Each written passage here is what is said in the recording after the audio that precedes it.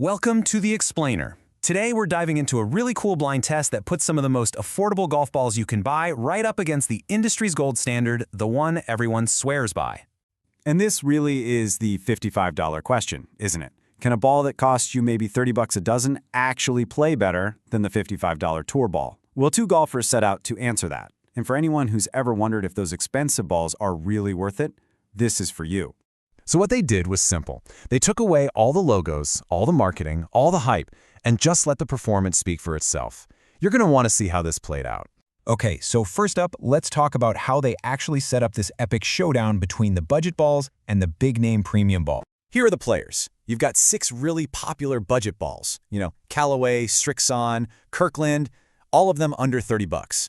And then, mixed in secretly, you've got the wild card, the Titleist Pro V1, which costs nearly twice as much. The process itself was pretty genius. Every single ball was just marked with a colored dot. So red, blue, green, they had absolutely no idea what they were hitting. And they hit them all. Driver, 7-iron, wedges, to get a full picture. They tracked the data, of course, but just as importantly, they wrote down how each ball felt. All right, on to the investigation. It really didn't take long at all for some super clear patterns to emerge. The golfers started sorting the balls into 2 camps almost right away. Yeah, you could see this immediate split. A couple of the balls, green and blue, were just not good. They called them clicky and firm with a funky sound. One guy even said the green ball just felt like it died on me at impact. But on the flip side, the red and purple balls were instant favorites. They felt fantastic, soft, and were flying incredibly straight. Now this is where it gets really interesting, because even within that group of favorites, one color started to pull away from the pack. It started to look and feel and sound like the premium ball they were hunting for. It wasn't just one club either. I'm talking driver, irons, wedges, everything.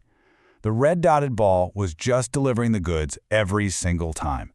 It was consistent, it felt amazing, and it was quickly becoming the one to beat. I mean, the evidence just kept piling up. Off the driver, it was nice and straight, had the best dispersion. With the irons, it just felt fantastic. But the real giveaway was the sound off the wedge. One of the testers just came out and said it. It's the Pro V. It just sounds good. The consensus was simple. Red just hits different. So by the end of it all, they were totally convinced. They pretty much called their shot.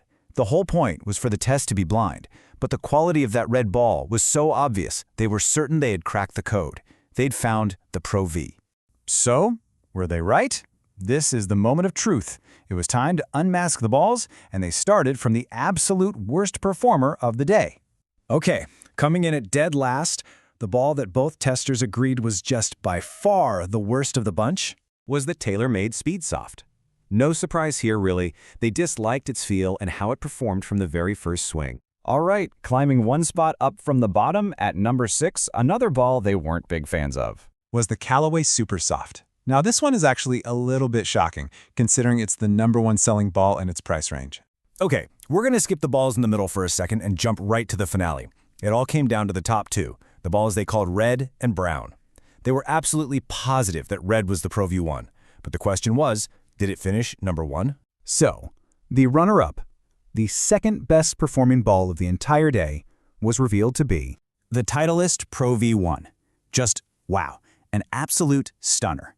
The ball that costs $55 a dozen, the #1 ball on tour, the one they were so sure was the runaway winner, actually came in second place.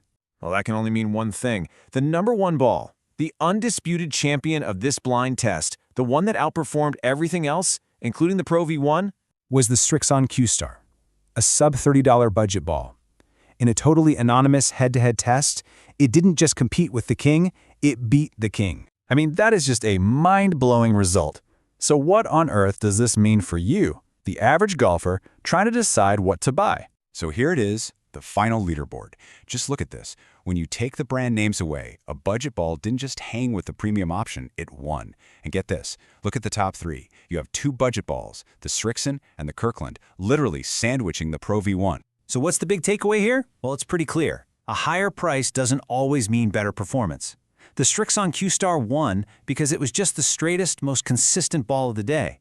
And look, the Pro V1 is still an amazing ball, but it's not unbeatable. This whole thing just proves that when you take brand bias out of the equation, you can find some really surprising truth about your gear. Ultimately, This experiment shows that incredible performance and real value, they can be found where you least expect them. It proves that what matters isn't the logo on the side, but how that ball actually performs for you, which leaves just one question to ask yourself the next time you're standing in that aisle.